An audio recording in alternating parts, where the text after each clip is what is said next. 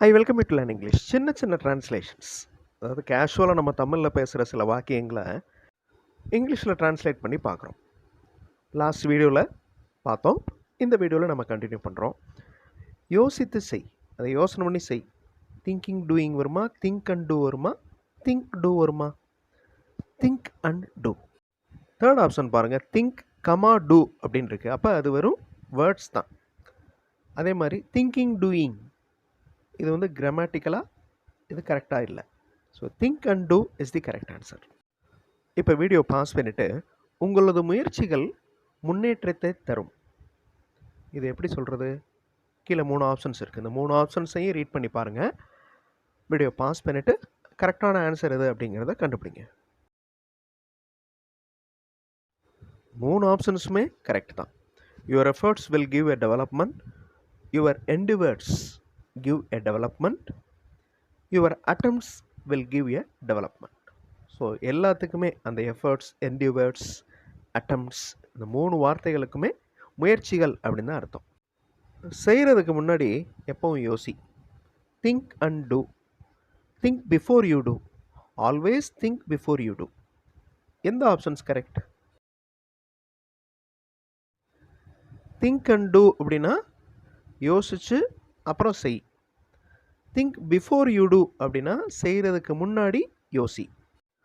Always think before you do, எப்போவுமே செய்கிறதுக்கு முன்னாடி யோசி. அந்த எப்போவுமே அப்படிங்கிற வார்த்தை மேலே இருக்கிற தமிழ் சென்டென்ஸில் இல்லை. So middle option is the correct answer.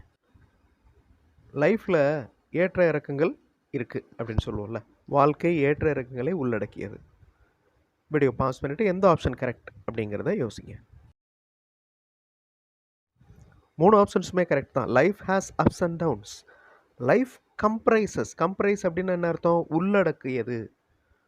Life comprises. இந்த லைஃப் அப்படிங்கிறது சிங்குலர், அதனால் இந்த கம்ப்ரைஸ் அப்படிங்கிற வேர்போட எஸ் ஆட் ஆகிருக்கு.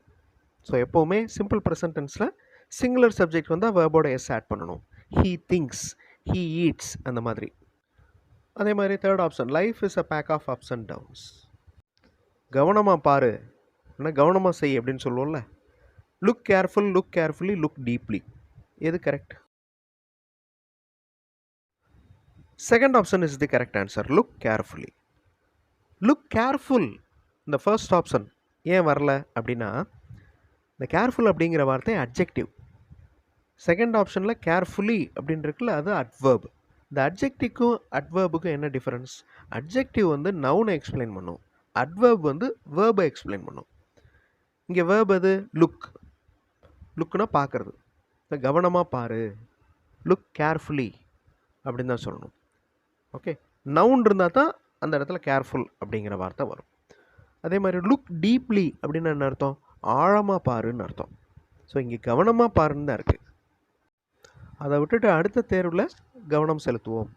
ஸோ ஏதோ ஒன்று தப்பாக நடந்திருக்கு, அதை விட்டுருங்க. அதை விட்டுட்டு அடுத்த எக்ஸாமில் கான்சென்ட்ரேட் பண்ணுவோம். இது எப்படி இங்கிலீஷில் சொல்கிறது? 3 ஆப்ஷன்ஸில் எந்த option correct? First 2 options are correct. Last ஆப்ஷனில் என்ன மிஸ்டேக் இருக்குது? Leave the next exam. அப்போ அடுத்த எக்ஸாமை விட்டுரு அப்படின்னு அர்த்தம். Okay, so third option is wrong. First and second options are correct. நீ சொல்லிகிட்டே இரு அப்படின்னு சொல்லுவோம்ல, நீ சொல்லிகிட்டே இரு. You speaking, you keep on telling, telling. Which one is correct? Keep on அப்படிங்கிறது ஒரு phrasal verb.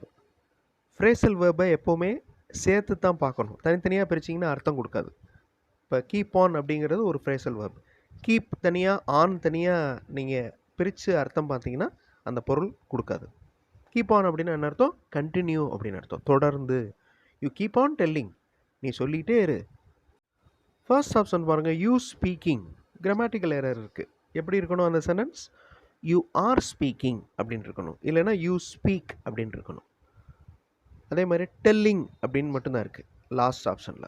So you keep on telling is the correct answer. வேலையை ஆரம்பிக்கிறதுக்கு முன்னாடி உன் பெற்றோரை நினை, உன் பேரண்ட்ஸை நினச்சிக்கோ. வீடியோ பாஸ் பண்ணிவிட்டு எந்த ஆப்ஷன் அப்படிங்கிறத கண்டுபிடிங்க. Think your parents. உன் பேரண்ட்ஸை நினச்சிக்கோ. பிஃபோர் ஸ்டார்டிங் ஒர்க், வேலையை ஆரம்பிக்கும் முன். Think your work before parents, this is wrong. Start work before your parents think, இதுவும் தப்பு. So middle option is the correct answer. அவர் எப்போவுமே சிறுன்னு தான் இருப்பார், அதாவது கோவமாக இருப்பார். எப்படி இங்கிலீஷில் சொல்கிறது? வீடியோ பாஸ் பண்ணிவிட்டு யோசிங்க. ஃபர்ஸ்ட் ஆப்ஷன் பாருங்கள், ஹீ ஹேஸ் ஆங்கர் ஆல்வேஸ். அந்த ஆங்கர் அப்படிங்கிற வார்த்தை கோபம். அந்த கோபத்தை ஏதோ ஒரு பொருள் மாதிரி அவர் எப்போதுமே அந்த பொருளை வைத்திருப்பார். ஹீ ஹேஸ் ஆங்கர் ஆல்வேஸ் அப்படின்னு இருக்கு. So meaningless sentence. அதே மாதிரி அடுத்தது, he speaks always not nice.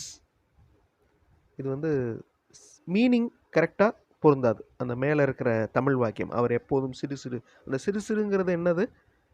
கோபமாக பேசுவார் எப்போ பார்த்தாலும், ஓகே, கடுப்பாக பேசுவார், அந்த மாதிரி சொல்லுவோம். He has mood swings. Mood swings அப்படின்னா என்ன அர்த்தம்? ஒரு சின்னதாக ஒரு மூட் அவுட், கோபமாகிறது, கடுப்பாகிறது. இது வந்து நவுன் ஃபார்ம். மூட் ஸ்விங் அப்படிங்கிறது நவுன் ஃபார்ம். டெம்பரவரியாக கோவப்படுறது. Okay, he has mood swings. இந்த ஹேஸ் ஏன் வந்திருக்கு? ஹீ வந்திருக்கிறதுனால ஹேஸ் வந்திருக்கு. ஹேஸ் அப்படிங்கிறது சிங்குலர்.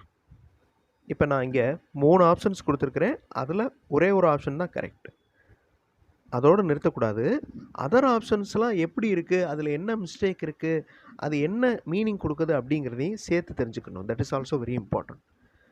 ஏன்னா ஒரு சென்டென்ஸை பார்த்த உடனே அந்த சென்டென்ஸ் எந்த டென்ஸில் இருக்குது, அந்த டென்ஸ் கரெக்டாக அங்கே அப்ளை ஆகிருக்கா, அந்த டென்ஸ் யூஸ் பண்ணுறப்ப அதை ரூல் ஃபாலோ பண்ணியிருக்கிறாங்களா. இப்போ இந்த மிடில் ஆப்ஷன் பாருங்களேன், he speaks always not nice. இது மீனிங்லெஸ் சென்டென்ஸ் தான், இருந்தாலும் அந்த கிராமர் அப்ளை ஆகிருக்கு பாருங்கள். ஹீ ஸ்பீக்ஸ், ஓகே, இது சிம்பிள் ப்ரெசன்ட் டென்ஸ். அப்போ சிம்பிள் ப்ரெசன்ட் டென்ஸ் ரூல் படி சிங்குலர் சப்ஜெக்ட் வந்தால் வேர்போட எஸ் ஆட் ஆகணும். ஹீ ஸ்பீக்ஸ், ஸ்பீக்குங்கிறது வேர்ப். ஸோ இந்த மாதிரி நம்ம பார்க்கணும்.